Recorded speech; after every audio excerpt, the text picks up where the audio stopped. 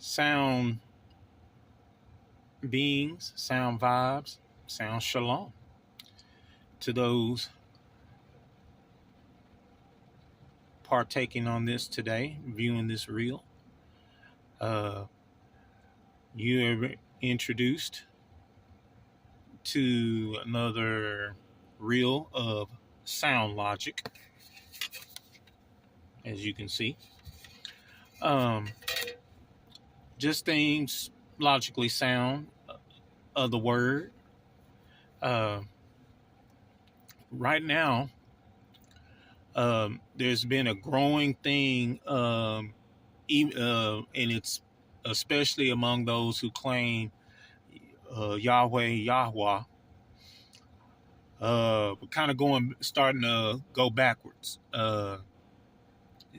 Very much so. The name is important, but what I've noticed is we're starting to revert to these things here, and that's not of the Father. That is not even close to being of the Father. What we're doing is letting Babylon take over. There was a pastor said a long time ago, I ain't gonna say long time ago, but long to me, about a decade ago, said if the adversary can't control you, it will corral you. And what I'm seeing is, what I'm showing is that they can no longer control us by the name. So now they corral us by using these terminologies. The thing is, these were not, they're not of the Father. Father did not say, or Baba did not say to refer to him by these things. Y'all might think, okay, well, I hear you, but, blase blah. In Exodus chapter 3, I'll put it right there, but I did my style. We have what's called a conversation of Moshe at the burning bush. Now, I know y'all probably looking at that and looks like it may look more like a tree, but that's about the extent of my artistic value, and I enjoyed doing it, and I'm sure Baba delighted in it as well. Concentration in Exodus chapter 3, the burning bush is the conversation. Not only was this conversation to Moshe was about going to free the slaves from Pharaoh, but this is also when he's established his title, HaYaH, and his name, Yahweh Hebrew, Yahweh in Aramaic. Probably even, I guess, Arabic, you could say too. But this is when these were established, was during the when Baba presented himself in the burning bush. Now, Emmanuel said plainly now to folks, I believe, to believe in the works, or in the I guess you would call them miracles or whatnot.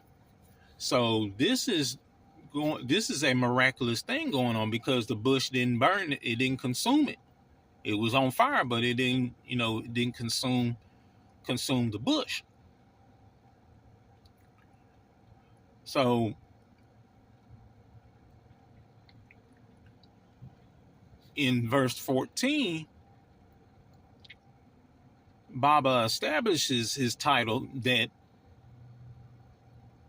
Moshe said, "Hey, well, what are we supposed, know by and know you by when I present this information to them, uh, this freeing to them?" And Baba said, "HaYaH, HaYaH. Now, HaYaH can mean two different things depending on how you translate it. Because it can be the Yah, but according to everyone, it translates to I will be who I am, or I exist, or to be to that thing. So that would be Hava plus Yah. I like them both. Personally, I think about some little. I remember some years ago, I was in a mosque, and a little boy was there, and I don't know who. The spirit came over that child.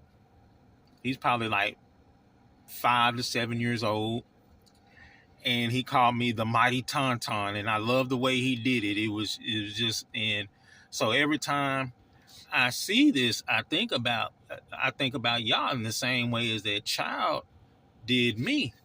And for those who don't, they're like, where'd he come up with them? He was like, the mighty Tauntaun. And I looked that up, and Tauntaun means uncle. And I've been an uncle to a lot of children. So, and as well as a dad figure. So every time I think HaYaH, I say it the same way as that little boy said, the mighty Tauntaun. And honestly, I feel a little delight in it, a lot of delight in it, actually. And it finds favor in the Father too, in Baba. So people want to say, people want to say, well, Emmanuel said that beyond in that what did he tell the Pharisees? That before Ibrahim, I am. Well, that was in John chapter 7 and 8. If you go back and read that conversation, Emmanuel was the conversation was basically Emmanuel between him and the Pharisees was establishing HaYaH et HaYaH. Excuse me. He himself, he was claiming that he is being a representative of HaYaH et HaYaH, because they wanted to know who he was, and he said throughout those verses the same thing. Now in our translations we have I am. English, Greco, which it does mean existence, but the problem is it's human and it is common. It is in everyday language. Throughout scripture, Baba says not to make his name common. So these things here, these are generic.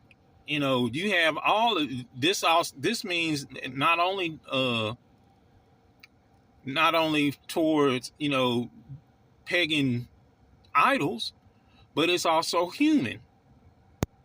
Same as these, because HaYaH told the Pharisees that they are gods. So all of this, it won't cut it. That goes for Elohim or Elohim or whatever the case is. That's a no-no. That's a big no-no. Baba gave this through Moshe to know, in a sense, title-wise, who he is and who they are supposed to know and recognize. Emmanuel was saying even before then, when we back in Genesis, when it said in the beginning there was the Father, that was HaYaH. Well, this HaYaH I'm pointing to, but I mean either one, it don't matter. HaYaH and HaYaH. And so when we're calling the Father these things, we're not doing the same. We're doing the ham but no burger type thing, because we're not given the existence that Baba did in Burning Bush, as well as said from his own mouth what to be recognized. Baba said, HaYaH, let the people know that HaYaH has sent you. Not none of these. Not any other titles. HaYaH. That's what Baba said. Then he gave his name. In Hebrew, it would be Yahweh. In Aramaic, is Yahweh. So, throughout, go back and read John or HaYaH, chapter 7 and 8. I know I got that. I put that in backwards, but whatnot. But right to left is actually the right way. And but go back and read those. Emmanuel establishes this throughout there. He says that everything that he says, that Baba tells him, he says. So, and this is where the logic comes in. We have our translations where it has that phrase in there. Why would I just want y'all to think about this now. And this is, like I said, sound logic here. Why, especially if Emmanuel continually tells them that the words he speaks are not his own; they are from Yahweh. Why would Yahweh establish HaYaH and then call himself these things? Especially when Baba don't even want us calling her. He said he longed for the day for us to stop calling him that. That one in particular. And if Emmanuel is about that life, which he is, he's all, he Torah and prophets all the way.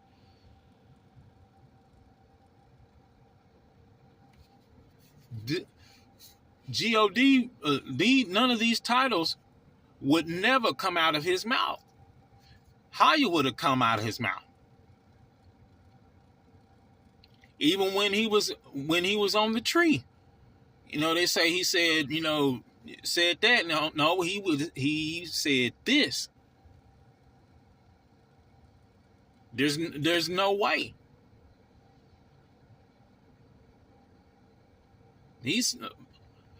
Emmanuel said not one jot or tittle, which means not a I dotted nor a T crossed, will pass away. So that means he was to the letter about the Father.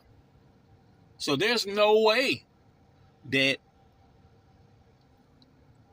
any of these titles, especially since they're considered The thing about this one, every time you say this, you're referring to Zeus. If you look at the etymology of this one, it says that this is most certainly not related to good, and that this, being Zeus, was actually a woman first. She got a somewhere down the line, she got a sex change. So not only is it not related to good, so that means that it's pagan rooted. And I'll get to that about the pagan roots of Christianity on another segment of Sound Logic. But the thing is, when we're referring to him by these things in the Babylonian terms, we're not following this. We're not going. This, many of y'all said, believe the miracles. So this was a main event. This is a major event. Not only the freeing of Yasharallah or Yasharal, but bringing down of his name and his existence. Imani-Yah or Mani-Yah repeated that in these two chapters. So I'm just trying to give folks to see not only sound logic, but to be logically sound. Make your sound logic to be sound logic. We got to get out of them.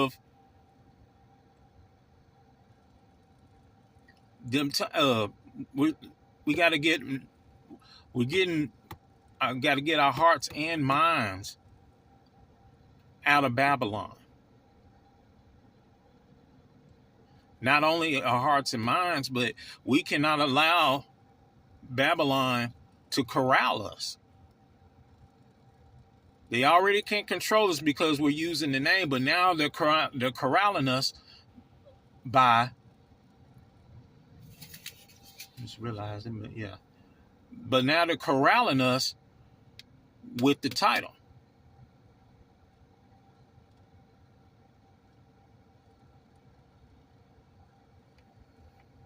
HaYaH. So, thank y'all. Pray that this has met you in good standings and whatnot. I'm sure that I pray that the folks that is coming, that's looking at this with a Pharisaic mindset. I pray against that mindset. I pray that you don't bust that doesn't set in. Don't let the enemy use whatever tools of Pharisees to keep you from getting this. Because whatever y'all may think you know about me or whatever the case is, don't let the enemy keep y'all from. Because the thing is, when it's all said and done with, anybody who want to bring up anything about my past, the bottom line is on 6/27 of 23, Baba put his name on my right hand and forehead. So whatever y'all want to bring up about me, it don't matter.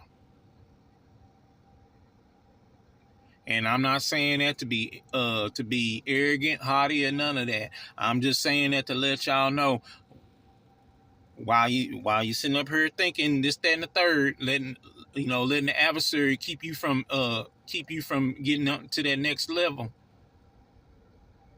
And there's other things that Papa has shown me through HaYaH. I just hadn't shared them. Because a lot of people don't want to hear it. They don't want to hear it from me. So, but please, I implore you, get this in. Check what I say. You'll see. Okay, no, he's right. This right here alone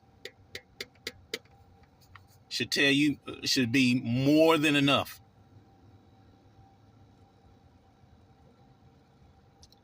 Whether you follow Yahweh, HaYaH, or whether you go by these. Thank y'all for those that have viewed it, whether it was in the right or wrong light. Sorry for the lighting. As you can see, what kind of day it is right now. I didn't get the chance to yesterday when it was a lot sunnier. I was taking care of some people yesterday. Really taking care of them now. I'm just taking a little break to do this. So thank you again for taking the time to view this, and I pray this finds you, that the adversary cannot get in the way of you learning from this and utilizing it and applying it. In the Aaronic, Aryan, or in the priestly Esher, Yahweh Esher you and keep you. Make Yah's face shine upon you and give you shalom. Selah.